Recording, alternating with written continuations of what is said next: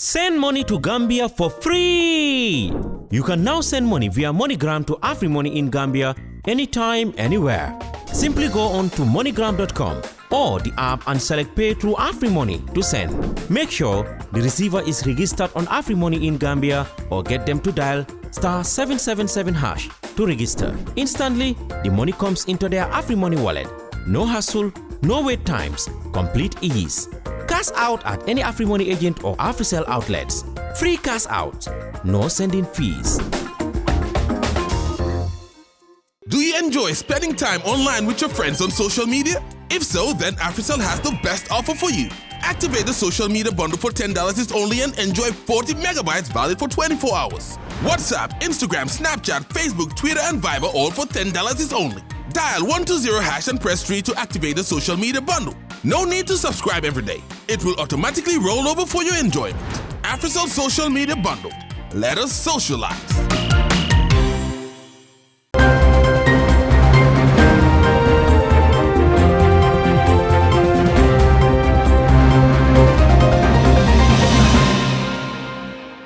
Good evening from our studio here in Serekunda. This is Star TV News with me, Momodu Bailabare. Coming up, National Assembly passes controversial former President bill amid opposition boycott. Trade Ministry and partners organizes validation workshops for domestic workers. Gambia Police Force seeks partners' input on new strategic plan. On the international news, Britain's King Charles has expressed sorrow and regret over colonial-era atrocities in Kenya. Germany announces complete ban of Hamas activities. Mexican hurricane aftermath, residents begin cleaning up Acapulco despite dangers. This and many more coming. Stay tuned.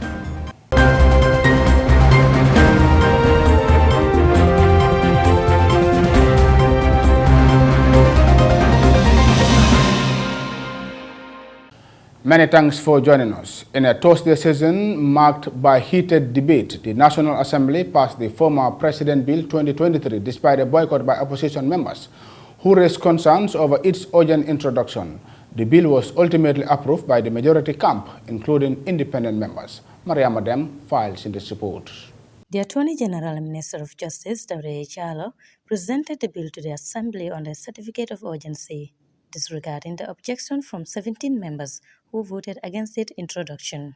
The bill now moves forward to undergo all necessary legislative procedures. Opposition members who chose to boycott the session argued that the urgent forward of the bill is unjustifiable. Their absence in the session serves as a sign of protest against what they perceive as governmental overreach. Although met with resistance, the bill's supporters contend that it provides the necessary framework to ensure fair treatment of former presidents in their post-presidential lives. It's not about individuals, this is not about those people who serve in those offices. It's about the office of the president, the highest office as far as the Constitution of the Republic of the Gambia is concerned. So definitely we need to give that utmost respect and utmost separation of powers. Parliament have powers to legislate. The president doesn't have, likewise the judiciary. So it is our responsibility to make sure that whatever that we are legislating, we legislate for the better interest of the country. Repealing and saving is a process of lawmaking.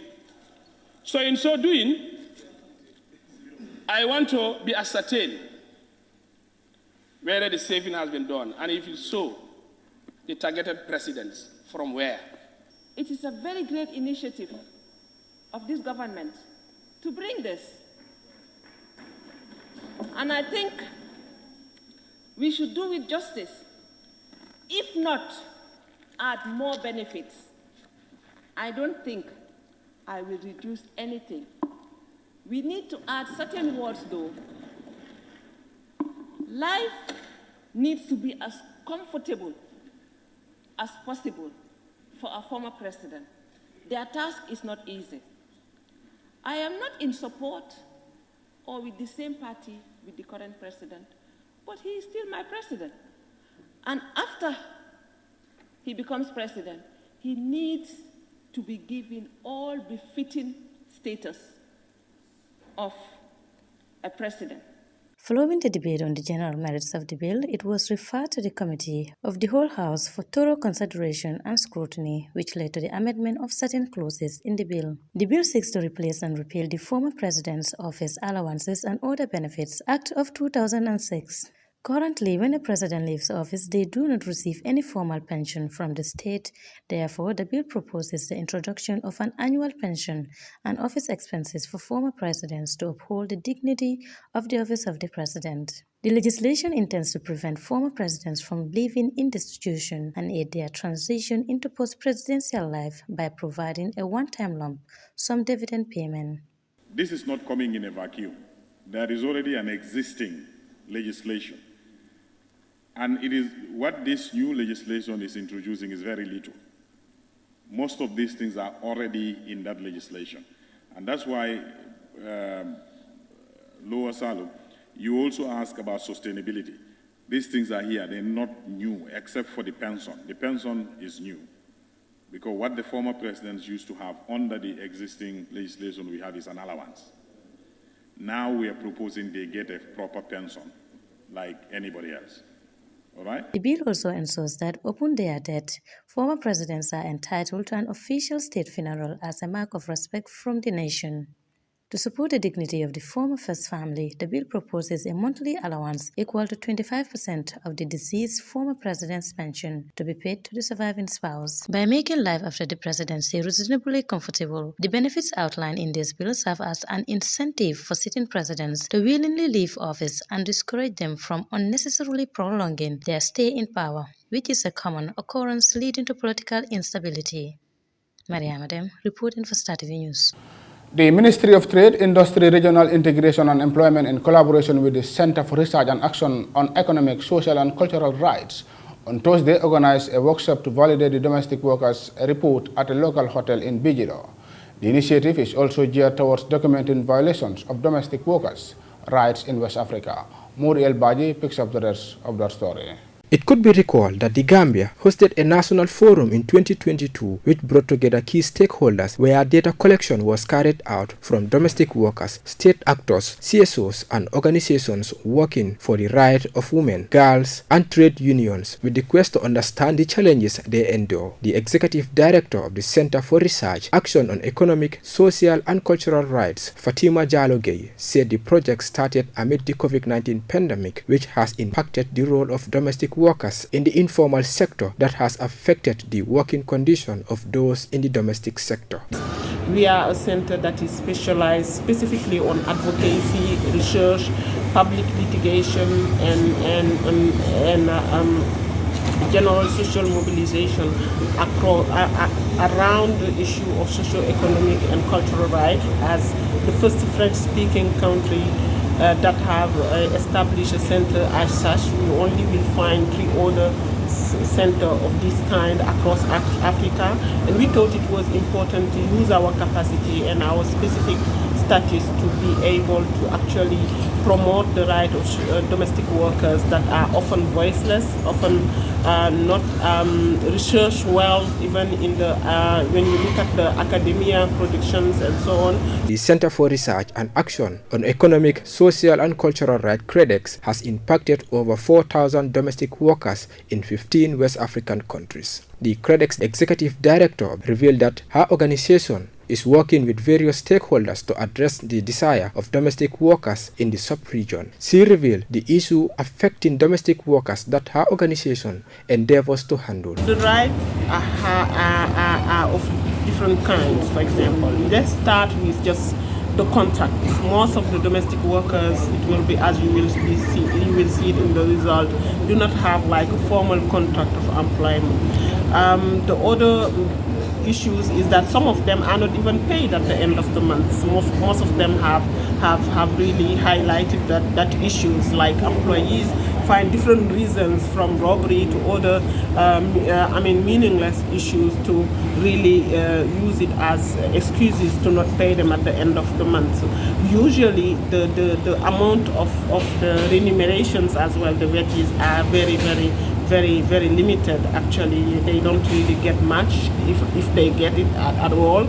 And as well, the gender-based violence is very predominant in the sectors. Across the region, at least 90% of the domestic workers have declared that they have faced either verbal or physical abuses in their workplaces. However, most of the domestic workers in most West African countries lack knowledge about the role of unions and organizations, which make them vulnerable to abuses at their workplaces. CREDEX and partners are deepening effort to change the narratives by creating awareness on the rights of domestic workers. For Star TV, I am Model Baji. The Gambia Police Force is developing a new strategic plan for the next 5 years, from 2024 to 2028. The plan aims to improve the performance and accountability of the police force, as well as to enhance its collaboration with various stakeholders. The day-long consultative meeting was held at the Paradise Suites Hotel in Kololi to solicit feedback and suggestions from its partners. Baikor attended the event, and he now reports. The consultative team working together with partners for effective police service delivery. The meeting was attended by representatives from different sectors such as civil society, media, security, and justice. The Gambia Police Force presented the draft strategic plan, which outlined the vision, mission, values, goals, and objective of the police force in different areas, such as crime prevention, community policing, human rights, case management, weaknesses, risk analysis, and accountability. The participants discussed the draft plan and give their input and recommendation on how to improve it. They also identified the priority area and strategic to address the current and future needs of police force and the public. The strategic plan will serve as a roadmap to guide the police force in achieving its objective and ensuring the safety and security of the Gambian population. Addressing the stakeholders, the security advisor, Honorable Abubakar Suleiman Jeng, acknowledged some of the mistakes in developing documents to becoming policies, noting that they have to be realistic and practical in approaches to ensure that the strategic plan is aligned with the national security strategy and the security sector reform process. Always also a mistake. You develop documents, they become policies, they are as important as they are, but not for getting the fact that security service delivery is not meant for you and me in service, in uniform. We have stakeholders, the taxpayers. They need to understand it and they need to buy into it. So with the realization that it is not everybody who may be able to read these voluminous documents, some may not even be literate in English, our office, or my office, have realized also the need to ensure that all of these documents are summarized, translated into local languages, not only translated into local languages, but even come up with pictorial views in terms of pamphlets and leaflets that we will send across the country for people to understand what is this SSR all about. The consultative meeting was part of the efforts of the Gambia Police Force to foster a more participatory and inclusive approach to policing. In his remarks, Inspector General of Police Abdoulaye Sanyang outlined the common knowledge of neglecting the Gambia Police Force among other security sectors of being misused. Ladies and gentlemen, it is a common knowledge today that the Gambia Police Force among other security sector institutions had been neglected and misused by the past regime through total disregard for the system, procedures, and standards to abuses against civilian population and the police itself. These bad practices over time undermine the solid foundation and principle of policing in the Gambia and ultimately culminating to deficiencies in the overall capacity, performance, and conduct of the force and its personnel. I have also noted with concern, likewise the public, the huge sum of financial resources that have been injected to change the situation since the launch of the reforms in 2017. But little visible change has been realized. IGP Sanyang also laments the challenges. Head of the Gambia Police Force today, I acknowledge these shortcomings and strongly desire a holistic change for better in line with the aspiration of the populace articulated in the Gambia government security sector reforms objectives. Ladies and gentlemen, the gaps and challenges as alluded are in no small measures very demanding to overcome. Therefore, we need to move clearly, redefine our priorities and re-strategize to make solid and visible gain in the reform in general and Gambia Police Force transformation in particular. However, all is not lost. There are clearly opportunities and passion for the positive transformation of the police from all stakeholders, including the members of the public and police officers themselves. Meanwhile, the consultative meeting achieved several significant outcomes, including valuable input and recommendations from partners to refine and strengthen the draft National Policy Strategic Plan and to increase awareness and understanding among participants about the importance of working together for effective police service delivery. Reporting for Star TV News, I am Baikor. And that story by Baikor will take us to the commercial break. When we come back, we'll look at news outside the Gambia. Stay tuned. Do you enjoy spending time online with your friends on social media? If so, then AfriCell has the best offer for you. Activate the social media bundle for $10 is only and enjoy 40 megabytes valid for 24 hours. WhatsApp, Instagram, Snapchat, Facebook, Twitter, and Viber all for $10 is only. Dial 120# and press 3 to activate the social media bundle. No need to subscribe every day. It will automatically roll over for your enjoyment. AfriCell Social Media Bundle. Let us socialize. You can now receive money anytime and anywhere in Gambia through MoneyGram for free. Simply dial *777# to register and access your MoneyGram at any AfriMoney agent. Free cash outs, $100 free for all MoneyGram transfers into AfriMoney. Cash out at any AfriMoney agent or AfriCell outlet. If you are just tuning in, this is Star TV News from our studio here in Churchillstown, and now we take a look at news outside the Gambia. Britain's King Charles has expressed sorrow and regret over colonial-era atrocities in Kenya, but he stopped short of addressing the growing calls up for an apology and reparations for the abuses carried out. Al Jazeera's Malcolm Webb reports from the capital, Nairobi. It's Charles' first visit to Africa since he became king after his mother, Queen Elizabeth II, died last year. He's talked about things that she never did. The wrongdoings of the past are a cause of the greatest sorrow and the deepest regret. There were abhorrent and unjustifiable acts of violence committed against Kenyans as they waged, as you said at the United Nations, a painful struggle for independence and sovereignty. 70 years ago, people in central Kenya, having lost their farmland to British settlers, rebelled against the colonialists. Researchers say more than 90,000 people were executed, tortured or maimed when the British cracked down on the rebels, known as Mau Mau. Many more were detained in concentration camps. 10 years ago, the British government compensated about 5,000 survivors. It's never admitted responsibility. Ever since independence, successive Kenyan governments have kept close relations with the UK, including the government of President William Ruto. But many younger people on social media and communities who lost their land say colonial-era injustices persist. For days, a group of activists have tried to demonstrate against Charles' visit, British atrocities and land grabbing. Police have monitored them and stopped them every time. Down! So they held a press conference instead. It is not enough to acknowledge a painful past. Unless he apologizes, the people have their reparations, we have back our land, and the 6 million acres that are still under British are given back to the people. King Charles is expected to visit several community projects and plant a tree before leaving Kenya on Friday. Malcolm Webb, Al Jazeera, Nairobi. Germany has banned any activities in support of Hamas and a Palestinian organization called Samidun. The nation has been one of the strongest backers of Israel's government and policies, citing historical wrongs. Al Jazeera's Steve Vassen reports from Berlin, Germany. For weeks, they wanted to vent their anger over Israel's bombardment of Gaza, but they weren't allowed to. German police had banned most Palestinian protests, citing fear of anti-Semitism. I feel like in the last 2 weeks, people were extremely afraid. They're afraid to go out, wear a kufiyeh, wear a Palestinian flag. It's dangerous right now in Germany. A feeling that's strengthened by this statement against anti-Semitism published by Bild, Europe's best-selling newspaper, solely directed at Muslims. I think it is dangerous because it is playing into the hands of the right-wing people, and it's specifically dangerous for people of Arab origin.